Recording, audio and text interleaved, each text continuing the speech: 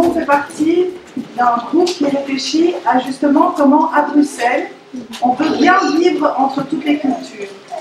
Et nous, on pense qu'il ne suffit pas de mettre les gens ensemble, mais qu'il faut faire des choses ensemble. Et c'est un petit peu ce qu'on va vous demander de réfléchir pendant les films. Le vivre ensemble, c'est-à-dire quelqu'un apporte ce qu'il a et ce qu'il est. Les deux. Et qu'en face, on puisse l'accepter tel qu'il est, comme il est. Et que moi aussi, je puisse accepter celui qui vient. Quand on est accueilli, comme disait M. Kassango, il dit on est accueilli comme on est. On ne doit pas changer pour venir ici.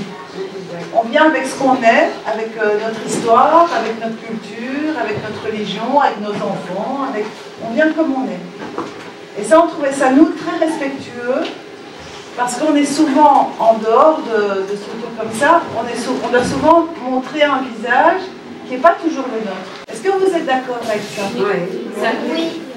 Toute seule, en voyant que les gens ils sont sympas, accueillants, chaleureux, alors vous êtes aussi tout de suite avec eux. On rentre, ils sont vraiment super sympas, chaleureux, accueillants, et ça se fait comme ça. Est-ce que ça se passe comme ça aussi ailleurs? Parfois, oui, on rencontrer des difficultés. Les gens ils ne sont pas toujours promenés. Il y a parfois, on peut rencontrer, ça nous arrive, enfin, moi ça m'arrive aussi. C'est plutôt froid, c'est pas chaleureux, c'est pas, comme vous dites, familial. Est-ce que ce que vous vivez aussi, ici, vous savez, vous avez des occasions de le transmettre ailleurs?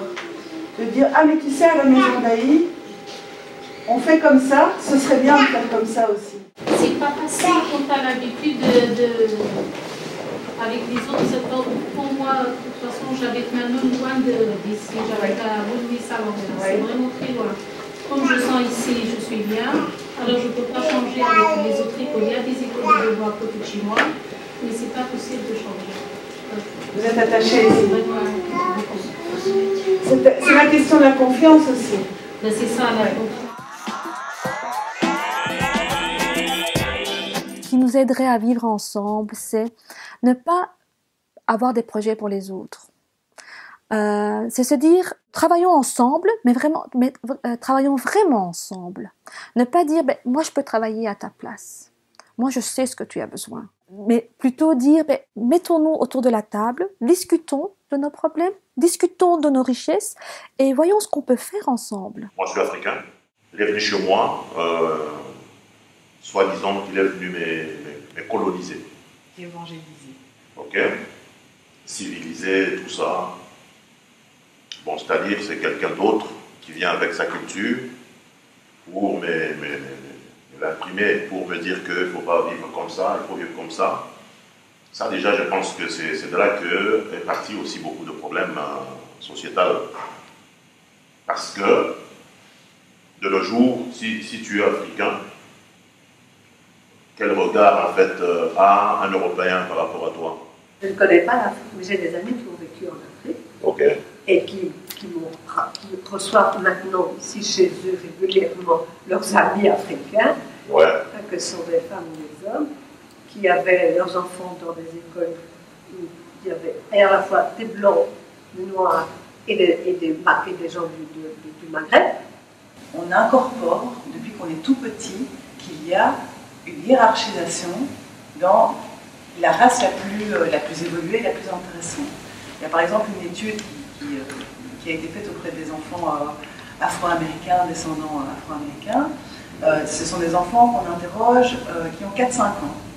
Et on leur raconte une histoire avec, dans l'histoire, un enfant qui est méchant et un enfant qui est gentil. Et après, on leur demande, on leur met des poupées de différentes couleurs devant les yeux et on leur demande quel est l'enfant qui est méchant, quel est l'enfant qui est gentil. L'enfant qui est gentil, c'est l'enfant blanc. L'enfant qui est méchant, c'est l'enfant noir.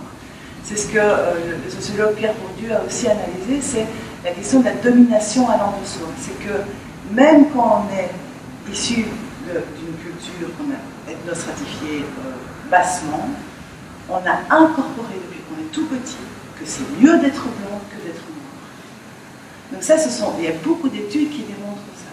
Et en même temps, effectivement, pas de généralité, parce que c'est justement avec les généralités aussi qu'on se retrouve à se combattre. Donc, heureusement, effectivement, qu'il y a du mélange, qu'il y a de l'interculturalité, mais je veux dire, la domination, la majorité influe quand même sur la société en général. 65% des personnes qui ont été interrogées et qui ont un diplôme sont engagées à un niveau inférieur. Ce qui n'est pas normal. Tout à l'heure dans un film, il y a un monsieur qui intervenait du côté des soignants. On dit bon, les soignants passent beaucoup plus de temps chez les personnes âgées en chambre. Pourquoi ne pas les recaler, les recadrer pour qu'ils... Mais vous faites du mal sans le savoir. On est là pour nous aider. Donc valorisez-nous aussi. Pour conclure, je dirais que ce qui est intéressant ce soir, comme dans toute rencontre, c'est le frottement. C'est qu'on se frotte à l'autre. Et que c'est le frottement qui permet de se rencontrer, de se dire ce qui va bien, ce qui ne va pas bien. Voilà. Et donc, moi, exactement, voilà. C'est la rencontre qui provoque le changement et la rencontre des différentes possibilités de vivre ensemble. Notre ami Ali, il est le bienvenu au guichet, bien sûr. On peut examiner ce qu'il a vécu, essayer de trouver un moyen pour relancer le dialogue avec le recruteur, éventuellement réfléchir à une médiation. Par exemple, dans les populations d'Afrique subsaharienne, les niveaux de diplôme sont plus élevés que dans les autres populations, donc des qualifications plus importantes et une discrimination plus importante que toutes les autres populations. Donc ils ont généralement des emplois qui sont nettement inférieurs à leurs qualifications. C'est un système structuré qui existe depuis des siècles, qui est structurellement ancré dans la société blanche occidentale. La troisième étude de la Fondation Rabaudouin montre aussi l'impact que ça a sur les populations. C'est un impact assez dévastateur parce qu'il y a intégration de la domination et de la discrimination. Et l'effet, c'est qu'on s'auto-discrimine. Qu'est-ce qu'on peut faire? Est-ce qu'on doit imposer finalement des quotas? Parce qu'au début, je me posais la question, je me dis, ouais, mais ce serait quand même triste d'en arriver là, parce que moi, voilà, si on me donne une position, un poste et tout, j'aimerais que ce soit par rapport à mes compétences et pas qu'on me prenne parce que je suis une femme et parce que je suis noire. Moi, personnellement, je ne pense pas que le quota, ça va donner une réponse ni du côté des étrangers, ni côté des Belges. Pourquoi? Parce qu'il y a deux principes qui sont à la base de l'humain.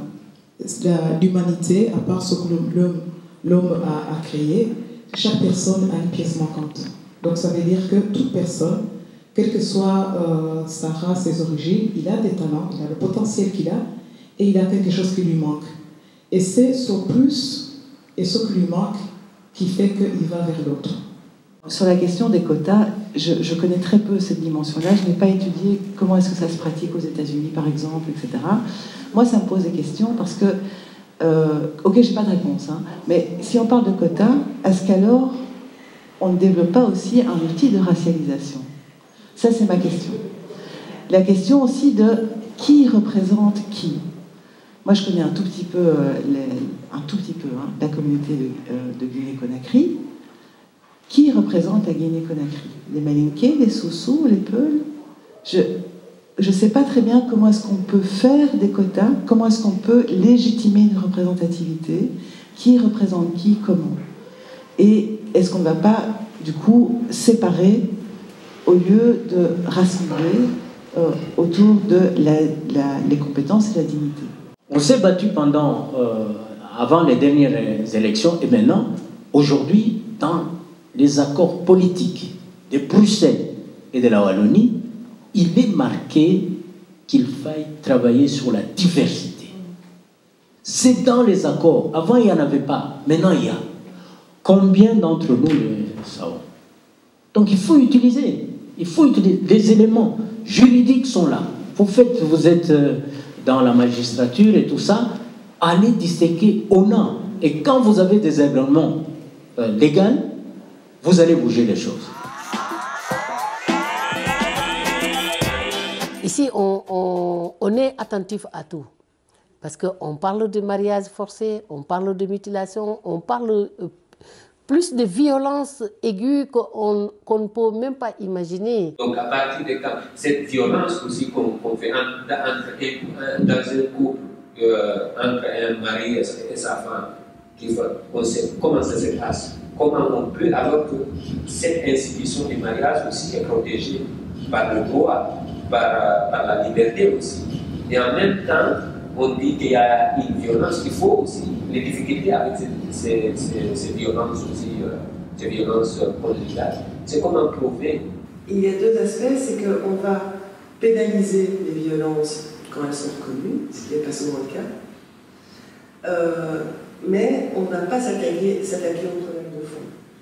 Et l'exemple que Mamadou vient donner est un bon exemple, c'est que la plupart des officiers de police qui sont des hommes ne vont pas considérer que la parole de la femme est valable.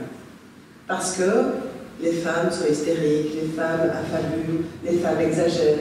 Donc c'est tous des construits sociaux aussi que les hommes et les femmes ont intégrés. Il y a toute cette dimension qu'il faut travailler. Et donc ce que nous on voulait amener aussi aujourd'hui, c'est que par rapport aux 4 projections que Bell Africa a proposées, le lien c'est qu'il y a des luttes qui doivent être menées avec les gens concernés par cette problématique. Donc moi, je peux soutenir, je peux accompagner, mais c'est pas moi qui dois parler de la condition de la femme noire. C'est la femme noire qui doit aller dire ce qui se passe pour elle. Je ne peux pas parler à sa place. Elle est concernée par ça. Même chose qu'on a vu ici la thématique des LGBTQI. Moi, je ne sais pas parler à leur place. Il faut que les concernés en parlent. Mais par contre, il y a des luttes communes. La lutte commune, c'est qu'il y a des dominants et il y a des exclus, des minorisés, des racisés, et donc c'est ça qu'il faut aussi essayer de mener comme lutte, c'est de se rassembler sur certains carrefours pour les